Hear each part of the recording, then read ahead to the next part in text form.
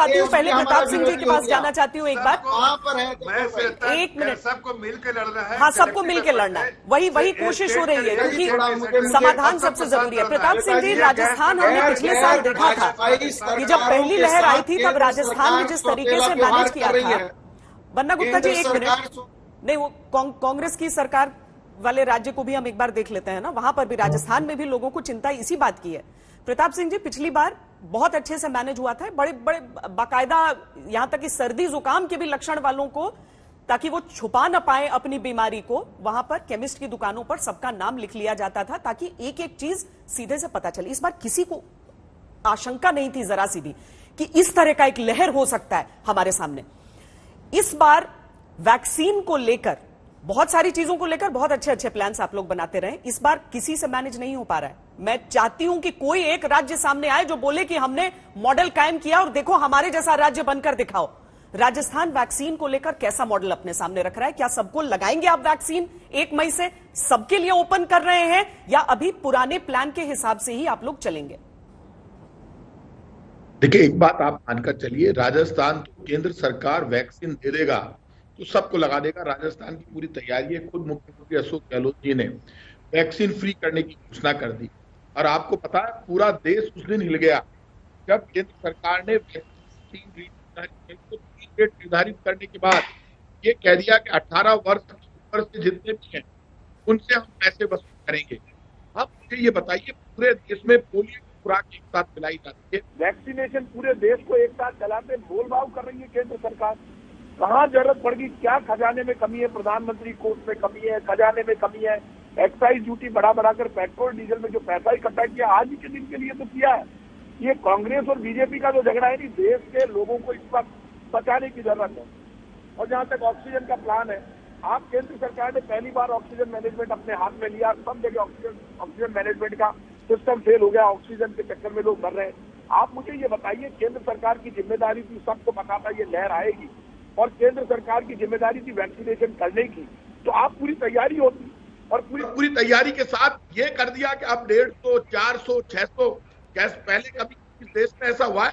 3 rate निर्धारित हो रही है और पैसे मांगे जा रहे हैं, और राज्य अब अपने स्तर पर इसको उस पैसे का बंदोबस्त करेंगे। एक साथ पूरे देश में केंद्र कहता कि ये ना कोई कांग्रेस है ना बीजेपी है, इस वक्त सांसों की लड़ाई है, सांसों को बचाना है। मैं आज कह रहा हूं आपसे, जब आंख का पानी मर जाता है तब बोल भाव होता है। आज लाशों के ढेर गिर रहे हैं, ऑक्सीजन की कमी है, रेमडेसिविर इंजेक्शन की कमी है, हालात बिगड़ रहे हैं, तब आप नए कंसंट्रेटर का ऑर्डर दे रहे हैं। ये ऑर्डर आपने पहले क्यों नहीं दिए? कि ऑक्सीजन कंसंट्रेटर आप 1 लाख का ऑर्डर दिया है, आप खोल दो, आयात जो आ रही है कंपनी आने तो, कोई पैसे में लगवाएगा, कोई फ्री में लगाएगा। प्रताप सिंह जी, काफी मीटिंग्स होती थी। मैं ये भी समझना चाहती हूँ और आप दोनों से ये पूछना चाहती हूँ कि झारखंड राजस्थान की तरफ से क्या ये सुझाव दिया गया था केंद्र को कि दूसरी जो लहर आएगी उसमें ऑक्सीजन की ऐसी कमी होगी, आप लोगों को तैयारी रखनी चाहिए?